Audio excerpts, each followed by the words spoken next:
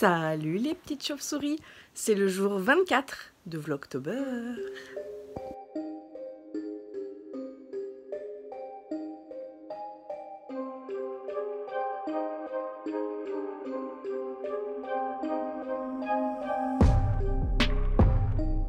Bonjour.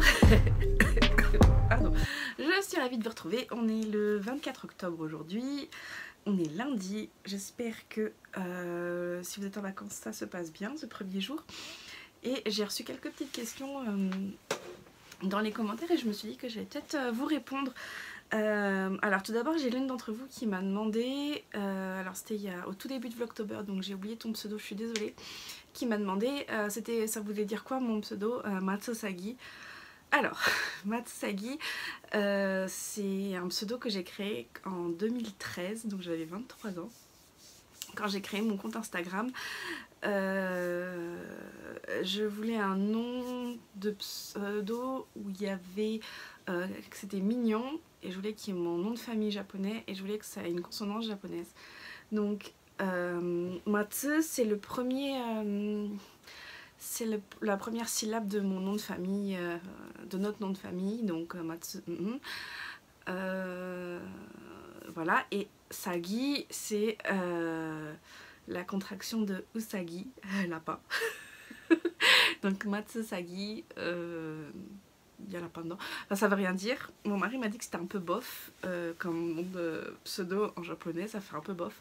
Parce que Sagi tout seul en japonais, c'est une arnaque. Donc, mais j'y ai pas pensé sur le coup.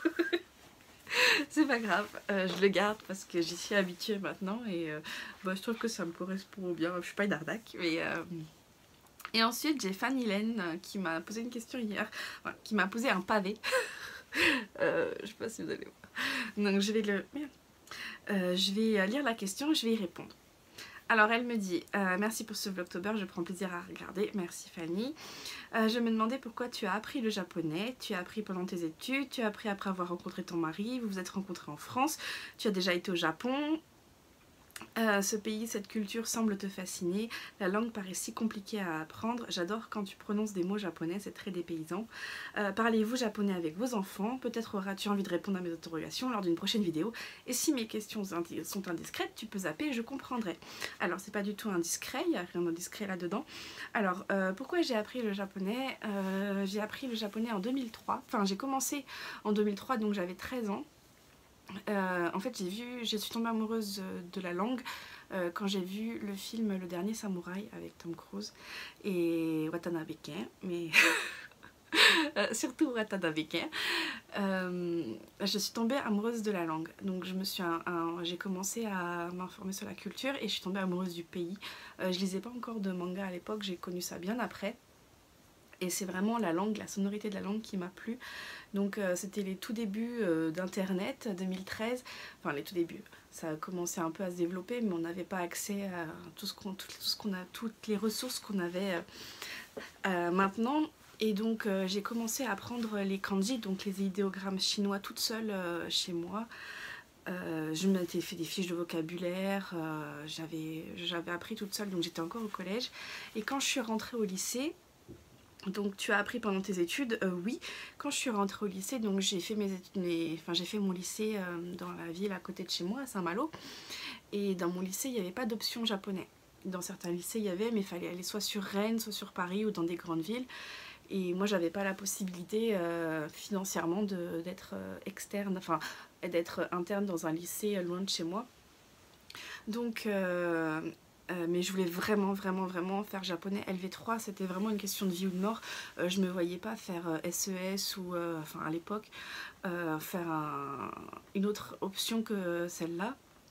Donc mes parents, enfin ma mère est allée négocier avec la proviseure de l'époque, enfin elle est allée négocier, elle a demandé si c'était possible de me faire intégrer une seconde générale avec en option LV3 japonais fait par le CNED. Donc moi j'ai appris pendant mes 3 années de lycée, j'ai appris par le CNED, donc toute seule, j'avais mes cours toute seule et puis tous les mois j'envoyais soit mes cassettes audio, soit mes devoirs à des profs qui me les rendaient corrigés. Et donc j'étais très sérieuse, c'est vraiment une matière qui m'a toujours passionnée, j'avais toujours des bonnes notes et tout. Et pour la petite anecdote, vu que le japonais n'existait pas dans le logiciel du lycée, il m'avait mis en cirque. Donc à chaque rentrée en seconde, première terminale, on me disait Laurie, option cirque. Il y a une option cirque. Je disais non, moi c'est japonais, mais ça n'existe pas, donc c'est cirque. Et on était deux dans le lycée à faire ça. Et quand j'ai quitté le lycée, je crois qu'il y a eu d'autres personnes à le faire, donc... Et donc ça s'est très bien passé, j'ai passé mon bac, c'était un oral, j'ai passé mon bac à mon épreuve à Vannes, il fallait que j'aille jusqu'à Vannes pour le faire. Et je suis tombée sur un texte, donc c'était des études de texte à l'époque, et je suis tombée sur un texte sur les yokai, donc les monstres, les monstres folkloriques japonais. Donc j'avais discuté avec la prof de japonais qui m'avait demandé ce que je faisais. Et en fait, je crois qu'à Vannes, c'était des élèves de profs, qui avaient un vrai prof. Moi, j'avais pas de prof et elle avait été étonnée par mon niveau. J'avais eu 18 sur 20 à l'oral. Donc j'étais hyper contente. C'était ma meilleure note de mon bac. Donc ça m'avait...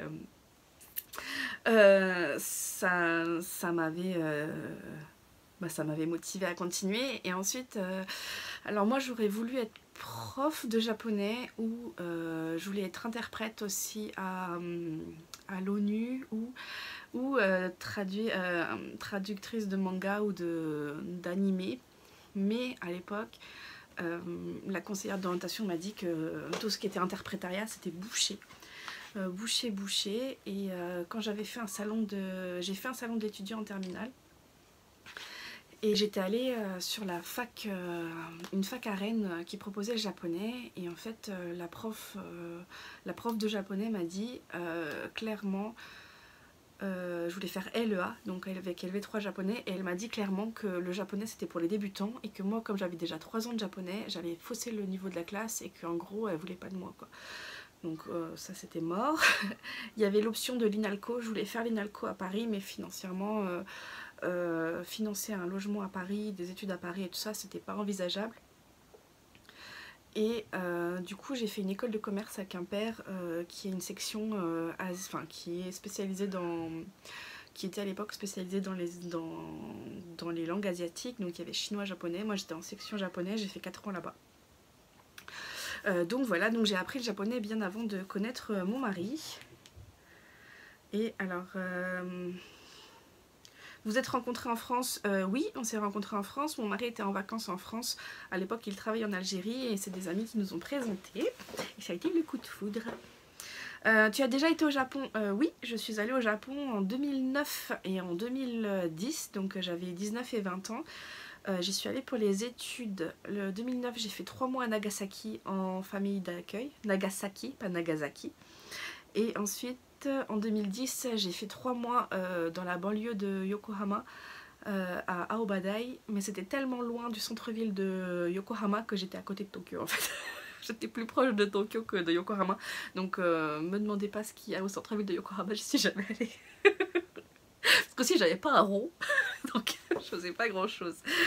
Ce pays, cette culture semble te fasciner. Oui, je suis complètement amoureuse de ce pays, cette culture. La langue paraît si compliquée à apprendre. C'est compliqué au début, franchement, parce qu'il y a 3 alphabets, enfin il y a 2 alphabets syllabaires, donc les hiragana et les katakana. C'est des alphabets qu'il faut apprendre si vous voulez apprendre japonais, il faut savoir les lire. Moi, alors le hiragana, j'ai appris en une journée. En une soirée même, je les savais, et katakana en 2 jours, ouais, pareil. C'était maîtrisé. Et alors il y a les kanji, les caractères, les idéogrammes chinois. C'est plus compliqué, mais franchement c'est du dessin, donc c'est... En fait, ce qui est difficile dans le japonais, c'est que de se détacher de la traduction littéraire française. c'est comme dans toutes les langues, on a envie de traduire mot à mot. Et en fait, en japonais, ce qu'il faut faire, c'est apprendre des modèles de phrases. Et oui, la lecture, c'est compliqué aussi, mais c'est un entraînement, ça rentre. Je me dis, les petits japonais, ils y arrivent bien, pourquoi pas moi? Et oui, c'est du travail. En fait, moi, je vois là, ça fait des années que j'ai pas parlé japonais. Enfin, que j'ai pas travaillé avec du japonais professionnel, j'ai pas mal perdu. Par contre, quand on reçoit des amis et tout ça, je suis tout à fait capable de tenir une conversation. La lecture, c'est très compliqué parce que j'ai beaucoup perdu. Moi, j'avais un niveau Nikkei, donc c'est un niveau vraiment professionnel. Enfin, japonais professionnel, c'est presque courant bilingue. Et bah, j'ai beaucoup perdu, je pense que je suis redescendue au Sankyo, donc c'est dommage, mais après, il faudrait que j'ai le temps de me poser et d'apprendre, de retourner dans mes bouquins et tout ça, mais c'est vrai que bah, ça me demande un temps que j'ai pas forcément, et puis bah, mais là avec...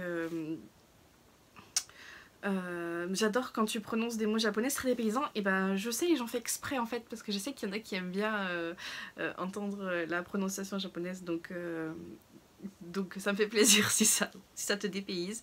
Parlez-vous japonais avec vos enfants? Oui, on essaye. Alors, il faut savoir qu'avec mon mari, nous, notre langue d'amoureux, c'est le français, parce que mon mari parle très très bien français. Et que en fait le japonais c'était notre langue secrète quand on voulait pas que les gens autour sachent ce qu'on dit. Celle qui parle le plus japonais à la maison, c'est moi, bizarrement, parce que mon mari est un peu mal à l'aise à parler japonais. Enfin, c'est pas naturel, c'est vrai que c'est pas naturel pour nous, mais depuis qu'on a les enfants, moi je parle beaucoup japonais avec les enfants. C'est important, on apprend le japonais à Soji, je vous avais montré dans une précédente vidéo, et je veux vraiment approfondir ça parce que je trouve que c'est vraiment une richesse pour eux. On n'a pas encore eu l'occasion d'aller au Japon tous les quatre, et je trouve que bah, c'est une façon de compenser un peu et puis de faire vivre leur deuxième culture aussi à la maison. Et ben voilà, c'était tout pour les questions. Si vous avez d'autres questions, il ne faut pas hésiter. Attends, je te prends un minute. Il ne faut pas hésiter à les poser, j'y répondrai avec plaisir dans une précédente vidéo. Et là j'ai un petit Minuski qui est fatigué. Hein, on va aller manger. Oui. Oui. Tu fais des bisous, t'es gentil. Et ben je vous dis à tout à l'heure.